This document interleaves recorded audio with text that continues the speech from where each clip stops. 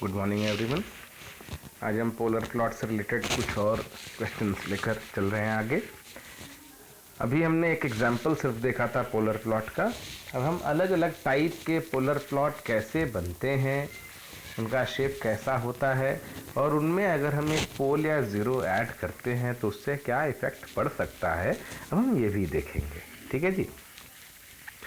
तो पहला टाइप का आपका जो पोलर प्लॉट है वो है टाइप ज़ीरो सिस्टम का। टाइप ज़ीरो सिस्टम, टाइप कैसे डिसाइड करते हैं आप किसी सिस्टम का, तो ये मैंने आपको पहले ही बता रखा है, एक बार और सुन लें।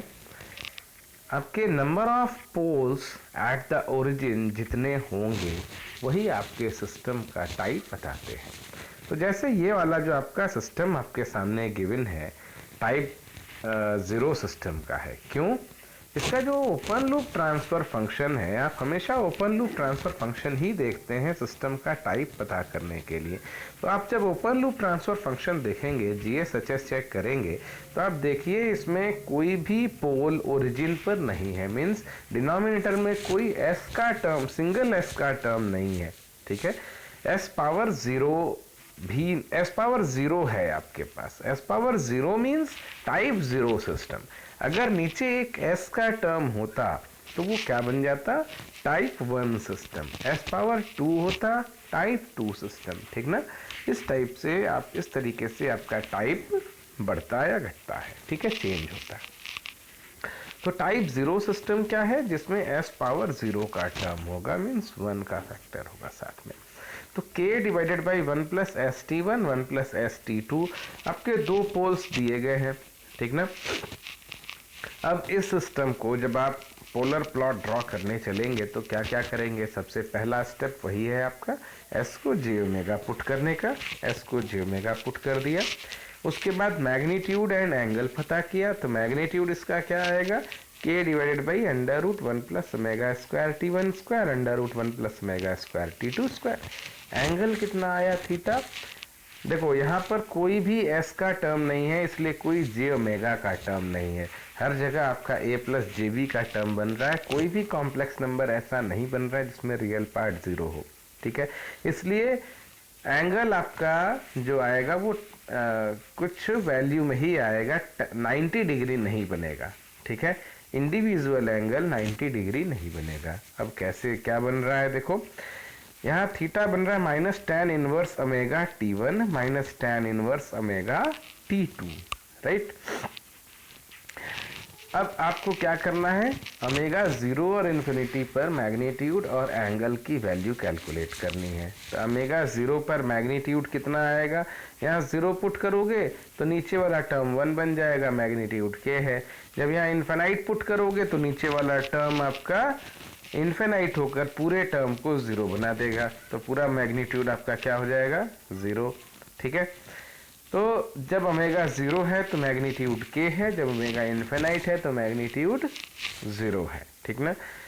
फिर जब आपका एंगल ओमेगा ज़ीरो है तो एंगल कितना होगा? ज़ीरो पर एंगल ज़ीरो है, और ओमेगा इन्फिनाइट होगा तब एंगल कितना होगा? तब माइनस 90, माइनस 90 क्या बन जाएगा?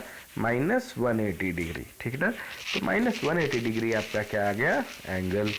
ठीक है जी, आपको ओमेगा ज़ीरो और ओमेगा इन्फिनिटी पर एंगल और मैग्नीट्यूड की वैल्यू मिल गई। अब हम क्या करेंगे? अब हम इंटरसेक्शन पॉइंट पता करेंगे। उसके लिए आपका जो ओपन लूप ट्रांसफ़र फंक्शन है, जिसको हमने जी जे ओमेगा एच जे ओमेगा बनाया है, उसको हमें रियल और इमेजनरी पार्ट में ब्रेक करना है। अब जब हम रियल और इमेजनरी पार्ट में ब्रेक करेंगे तो हमारे पास इस टाइप का एक फंक्शन आएगा।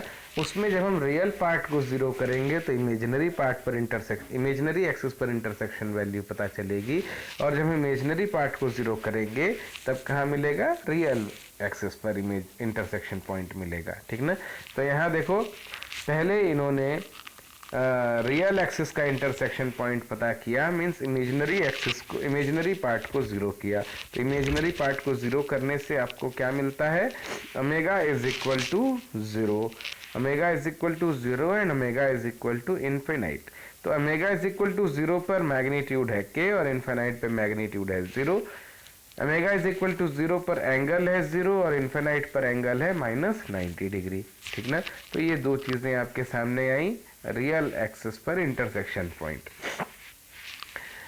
आपका पोलर प्लॉट इमेजिनरी एक्सिस पर कहाँ इंटरसेक्ट कर रहा है, इसके लिए आप क्या करेंगे, इसके लिए आप रियल पार्ट को 0 करेंगे। तो रियल पार्ट आपका क्या आता है, रियल पार्ट आपका आता है omega is equal to 1/√T1T2, ठीक ना। और दूसरा इन्फिनिटी।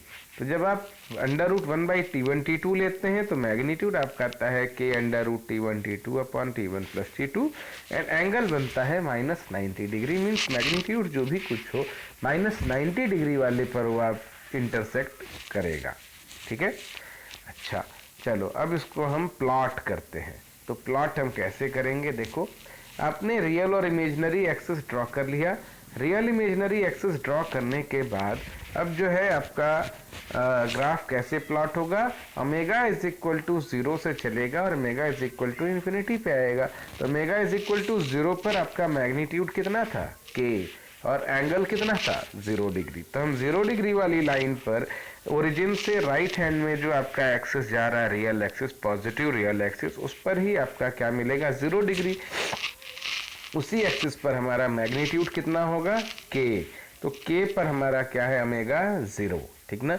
वहाँ से हमारा ग्राफ चलेगा और कहाँ को जाएगा, वो जाएगा आपके omega is equal to infinity यानी मैग्नीट्यूड 0 पर, ठीक है। मीन्स ओरिजिन पर। और ओरिजिन पर किस एंगल पर जाएगा, इस केस में ओरिजिन पर वो जाएगा -180 डिग्री पर। एंगल कितना आया था omega is equal to infinity में -180 डिग्री, ठीक ना। -180 डिग्री पर आपका एंगल जाएगा, ठीक है जी। तो यहाँ से फिर आप क्या करेंगे, अब आप इंटरसेक्शन पॉइंट्स देखेंगे। तो इंटरसेक्शन पॉइंट आपका आ रहा है -90 डिग्री पर। तो -90 डिग्री नीचे है, मतलब आपका प्लॉट इस के से चलेगा -90 को टच करते हुए, इंटरसेक्ट करते हुए 180 डिग्री के पैरेलल होकर आपके ओरिजिन पर पहुंच जाएगा, ठीक ना। तो ये आपका बनता है पोलर प्लॉट। अच्छा अब अगर इसी केस में टाइप 0 सिस्टम में ही हम एक पोल हटा दें, अभी 2 पोल थे, एक पोल हटा दें, सिर्फ k/1 + st रख दें, तब क्या होगा, तब ये जो इंटरसेक्शन पॉइंट है वो इंटरसेक्शन पॉइंट नहीं रहेगा, ठीक ना। तब आपके omega is equal to infinite पर जो एंगल आएगा वो कितना आएगा -90 डिग्री, ठीक है। तो वो आपके ओरिजिन से -90 के पैरेलल होते हुए k पर आ जाएगी एक line. Means omega is equal to 0 means k से चलेगी लाइन और -90 के पैरेलल होते हुए ओरिजिन पर पहुंच जाएगा। यही आपका बनेगा पोलर प्लॉट। अच्छा अब थोड़ा सा ध्यान दो कि जब आप टाइप 0 सिस्टम में सिंगल पोल पर हैं, तो सिंगल पोल पर रहेंगे तो इसका मतलब है कि आप 4th क्वाड्रेंट में हैं, ठीक ना। आप 4th क्वाड्रेंट में या जिस भी क्वाड्रेंट में रहेंगे उसी एक क्वाड्रेंट में रह जाएंगे। उससे आपको अगर अगले क्वाड्रेंट में आगे बढ़ना है तो आपको पोल या 0 ऐड करना पड़ेगा। ये बात हमेशा ध्यान रखना कि जब आप सिंगल पोल रखेंगे, ठीक ना, तो आप जिस एक क्वाड्रेंट में है उसी में रहेंगे। उससे अगर ज़्यादा आपको दूसरे क्वाड्रेंट में जाना होगा तो आपको पोल या 0 बढ़ाना पड़ेगा। जैसे ही आपने एक पोल बढ़ाया, आप -90 डिग्री और उसमें ऐड करके दूसरे क्वाड्रेंट में पहुंच जाते हैं।